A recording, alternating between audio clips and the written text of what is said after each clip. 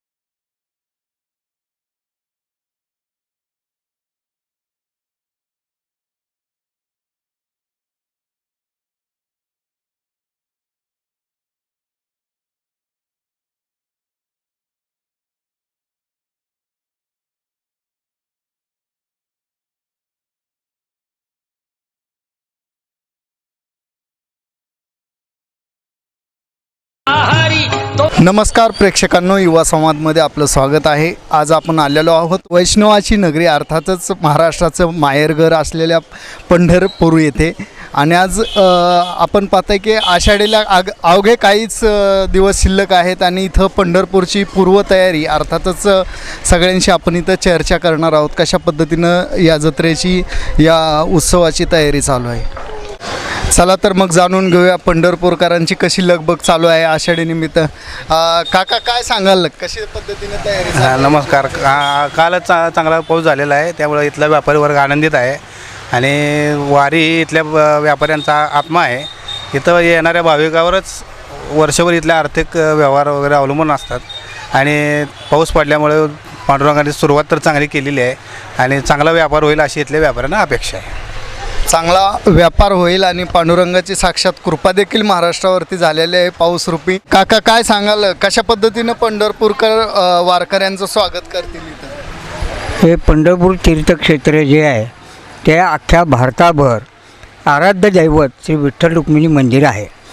तर ह्या ह्याच्यात गेल्या 2 वर्षाले दुष्काळाचे सावट पडलेलं होतं, परंतु श्री पांडुरंगाने रुक्मिणीच्या कृपेने काल पाऊस इतका सुंदर झालेला आहे, त्यामुळे व्यापारी वर्ग आणि येणारे भाविक खूप खुश झालेले आहेत। मग यावर्षी श्री पांडुरंग कृपेने सर्वांची भरभराट हो, शेतकऱ्यांची हो, व्यापाऱ्याची हो अशी मी सदिच्छा।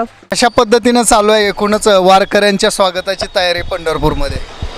भरपूर पाऊस पडला तर वारकऱ्याची येण्याची शक्यता जास्त असते, कारण काही लोक पावसाच्या भरोश्यावर येतात, जेणेकरून विठ्ठलला कोडं घालतात की तू पाऊस पड, आम्ही तुझ्या दर्शनाला येतो, ह्याच्या जोरावर जास्ती करून तयारी असते।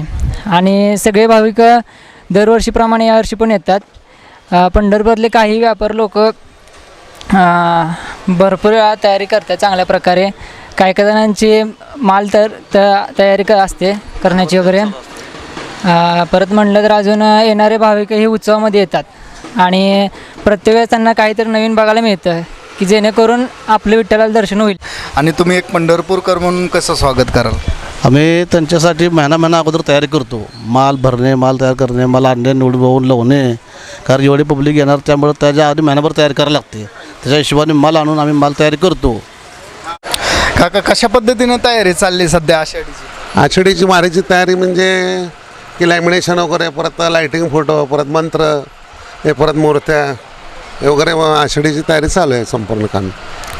एकूणच बरेच भाविक येत आहेत, हे सगळं साहित्य त्यांच्या खरेदीची लगबग असते, काय अपेक्षा आहेत तुमच्या? साहित्य म्हणजे काय फोटो घेतं, काय मूर्ती घेतं, काय लॅमिनेशन घेतं, काय आता म्हणजे प्रस्थानला लोक चाललेत आळंदीला। आता प्रस्थान काही लोक पहिले जाऊन आळंदीवरनं म्हणजे तसं पालखीचे प्रस्थान झालं की येऊन जातात, तसं दर्शन घेऊन जातात, गर्दी होते आषाढीची म्हणून दर्शन करून परत जातात, परत नंतर भेटायला जाते, परत तिथे जातात।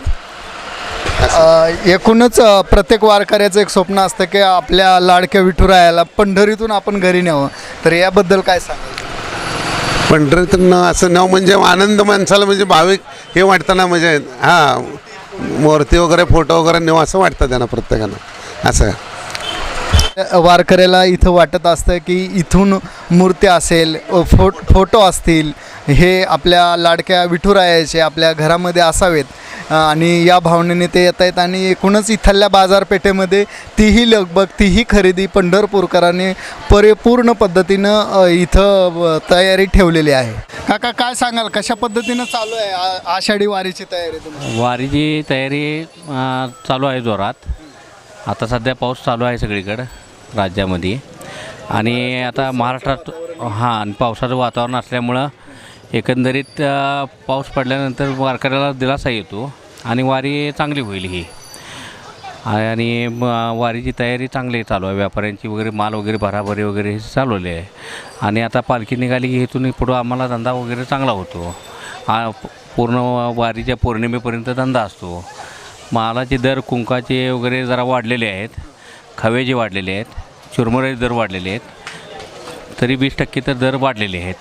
तर त्याप्रमाणे दर जरी वाढले असले तरी वारी हा याची नेहमीप्रमाणे जास्त होणारच. वारीत ह्या आषाढी वारीला कधी फरक पडत नसतो. आणि वर्षातनं एक मोठी वारी म्हणून समजली जाते.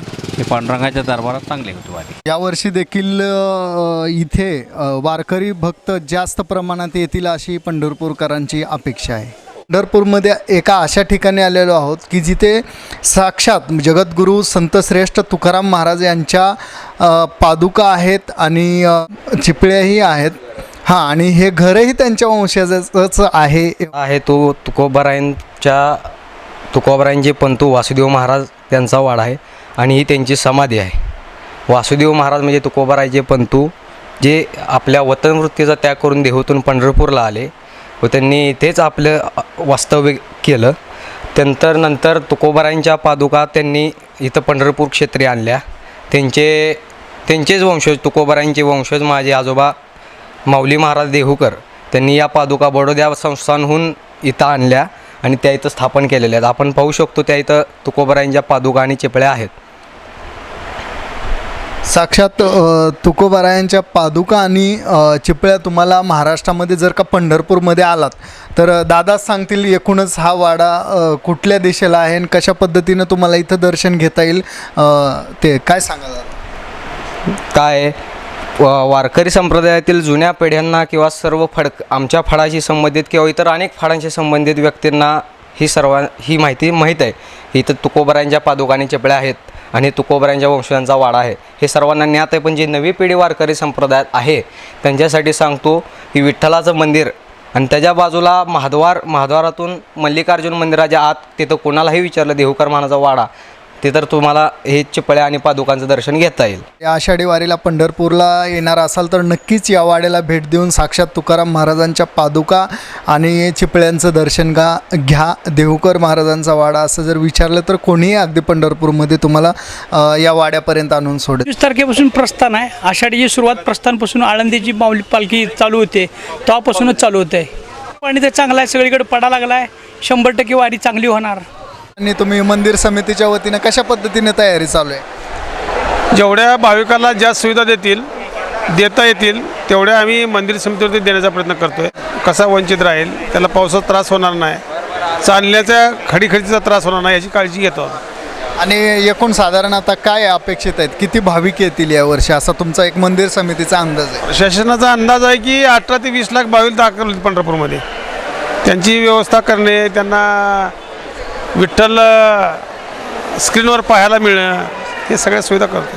बरं, दर्शनाची तर रांग आहे, ऑनलाईनही काही दर्शन बुकिंग झाले आणि मग सर्वसामान्य भक्ताला जास्तीत जास्त प्रमाणात कशा पद्धतीनं दर्शनाची व्यवस्था तुमच्या मंदिर समितीच्या वतीने इथे केलेली आहे? मुखदर्शन असेल, कसं येणाऱ्या सगळ्या वारकऱ्यांना कशा पद्धतीनं दर्शन होणार आहे?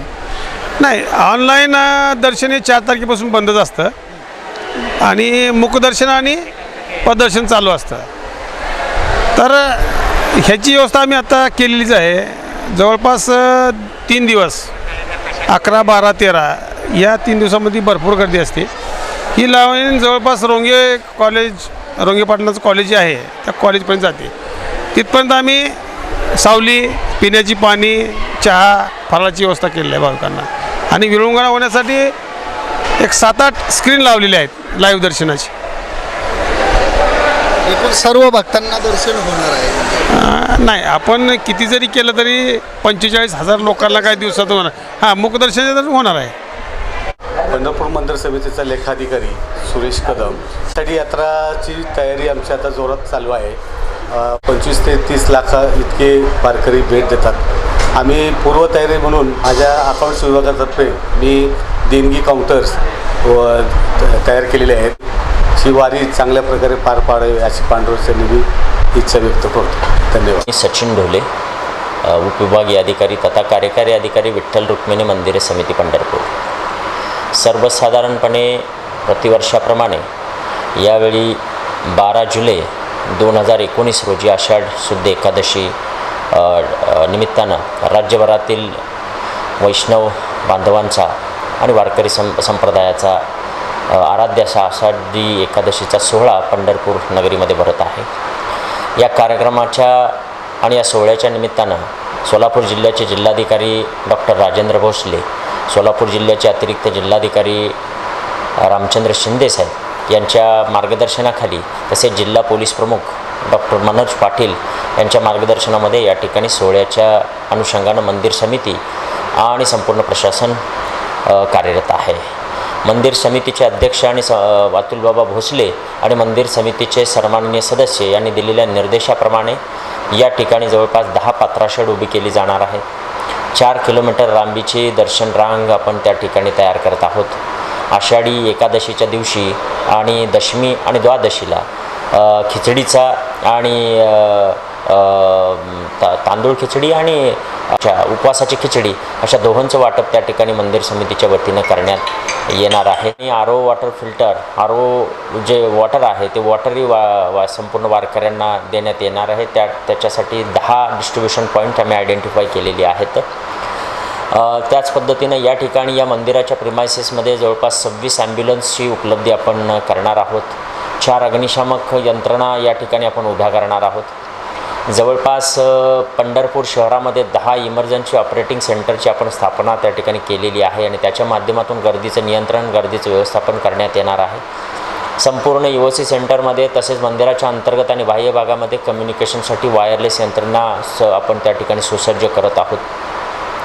या ठिकाणी असणाऱ्या सर्व वारकऱ्यांच्या आरोग्याला कुठल्याही पद्धतीची बाधा होऊ नये या अनुषंगानं औषधांचा साठा पुरेसा आरोग्य विभागामार्फत आपण उपलब्ध करत आहोत. स्वच्छतेसाठी नगरपालिका आणि मंदिर समिती संयुक्तरित्या कार्यरत असून जवळपास 1300 कर्मचाऱ्यांची स्वच्छतेच्या अनुषंगानं आपण तिथं नियुक्ती केलेली आहे. या ठिकाणी असणाऱ्या पोलीस यंत्रणेबरोबरच मंदिर समिती स्वतःचे 100 सुरक्षा रक्षक रांगेचे व्यवस्थापन आणि गर्दीच्या नियंत्रणासाठी त्या ठिकाणी आपण त्यांना घेत आहोत. पूजेच्या अनुषंगानं पूजेची सर्व तयारी नित्योपचार विभागाच्या मार्फत आपण त्या ठिकाणी करत आहोत.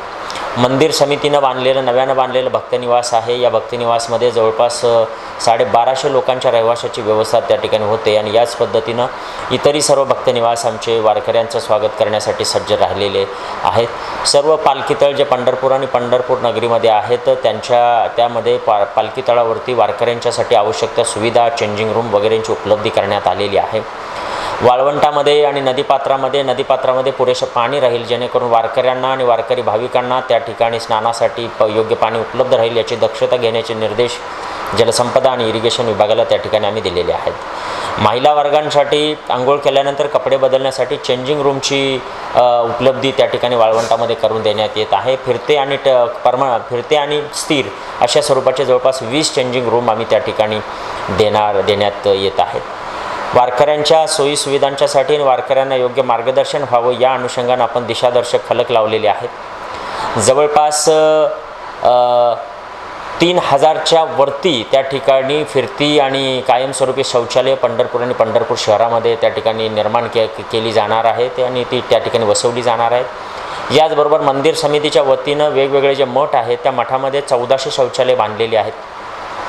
त्याच पद्धतीने या पंढरपूर नगरवासियांना ज्यांना आपली शौचालय सामान्य वारकरी वर्गाला वापरण्यासाठी देण्याचे आहेत त्यांना त्यांच्या घरावरती पांढरा ध्वज लावण्याचे निर्देश देण्यात आलेले आहेत आणि त्याचाही वापर आपण त्या ठिकाणी शौचालयाच्या निमित्तानं आपण करणार आहोत. 65 एकरच्या परिसरामध्ये जवळपास 450 प्लॉट राहतील आणि त्या ठिकाणी जवळपास 3-3.5 लाखाच्या आसपास वारकरी राहतील अशी व्यवस्था त्या ठिकाणी करण्यात आलेली आहे. नदीपात्रामध्ये बुडणाऱ्या लोकांना संरक्षण करणं, लोकांना बुडण्यापासून थांबवणं यासाठी जीवरक्षकांची नियुक्ती आपण त्या ठिकाणी करत आहोत. संपूर्ण दर्शन रांग जी असेल ही वॉटरप्रूफ दर्शन रांग असेल. पावसाळ्यामध्ये वारकऱ्यांचे हाल होणार नाही त्याची काळजी त्या ठिकाणी आम्ही घेणार आहोत. मागच्या वर्षीप्रमाणे याही वर्षी आपण जो दर्शन मंडप आहे तो 7 माळे न चढवता पहिल्या माळ्यावरूनच दर्शन मंडपामधून लोकांना त्या ठिकाणी वारकऱ्यांना श्री विठ्ठल रुक्मिणी मातेचं दर्शन त्या ठिकाणी उपलब्ध करून देणार आहोत. वारीच्या काळामध्ये त्या ठिकाणी 24 तास दर्शनाची सुविधा आपण वारकऱ्यांसाठी उपलब्ध करून देणार आहोत, जेणेकरून जास्तीत जास्त वारकरी संप्रदाय आणि रांगेतील लोक त्या ठिकाणी मंदिराचं दर्शन घेतील. विठ्ठल रुक्मिणी मंदिराची दर्शन मंडपाच्या सजावटीला सुरुवात झालेली आहे. या ठिकाणी आकर्षक विद्युत रोषणाई पुण्याचे आमचे विठ्ठलाचे भक्त श्री जाधव यांच्यामार्फत करण्यात येते. प्रतिवर्ष हे आमच्यासाठी त्या ठिकाणी अशा पद्धतीचे विद्युत व्यवस्था आकर्षक रोषणाई करतात आणि दरवर्षी त्याच्यामध्ये उत्तमोत्तम सुधारणा केली जाते. यावर्षी अतिशय आकर्षक अशा स्वरूपाचं नियोजन त्यांनी केलेलं आहे. याच पद्धतीनं वारकऱ्यांना येणाऱ्या वेगवेगळ्या ज्या अडचणी असतील त्याच्या ठिकाणी आपण त्यांना तक्रार निवारण केंद्र सुरू केलेलं आहे. हरवले सापडले केंद्र आपण त्या ठिकाणी सुरू करत आहोत. स्तंदा मातांच्यासाठी आपण हिरकणी कक्षाची व्यवस्था त्या ठिकाणी करत आहोत. त्याच पद्धतीनं स्वच्छ पिण्याचं पाणी उपलब्ध हवं या अनुषंगानं पिण्याच्या पाण्याची उपलब्धी आपण त्या ठिकाणी करत आहोत. अशा पद्धतीचं नियोजन या सन्माननीय मंदिर समितीचे अध्यक्ष, या जिल्ह्याचे जिल्हाधिकारी, या जिल्ह्याचे जिल्हा पोलीस प्रमुख आणि या जिल्ह्याचे अतिरिक्त जिल्हाधिकारी यांच्या मार्गदर्शनामध्ये मंदिर समिती, संपूर्ण तालुका आणि उपविभागीय प्रशासन करत आहोत. पूजा कोणाच्या हस्ते होईल असं तुमच्या मंदिर समितीच्या वतीनं मंदिर समिती हा निर्णय घेत असते आणि मंदिर समितीनं सन्माननीय राज्याचे मुख्यमंत्री देवेंद्रजी फडणवीस साहेब यांना सपत्नीक या ठिकाणी या पूजेला उपस्थित राहण्याच्या अनुषंगानं विनंती केलेली आहे. कार्यालयाकडून अधिकृत निरोप आलेला नाही आहे, परंतु ते येतील.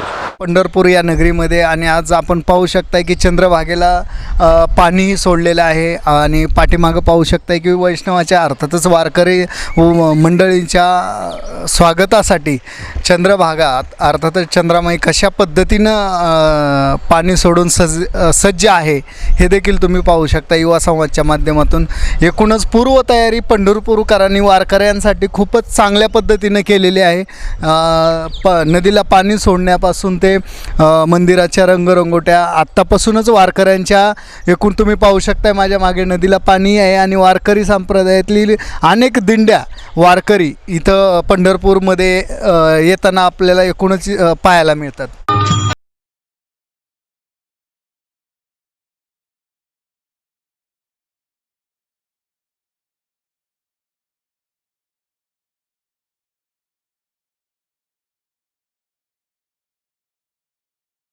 गतिमान युगाच्या गतिमान बातम्यांसाठी व रोजच्या सामाजिक अपडेटसाठी पाहत रहा युवा संवाद न्यूज. सबस्क्राईब करा, लाईक करा, शेअर करा.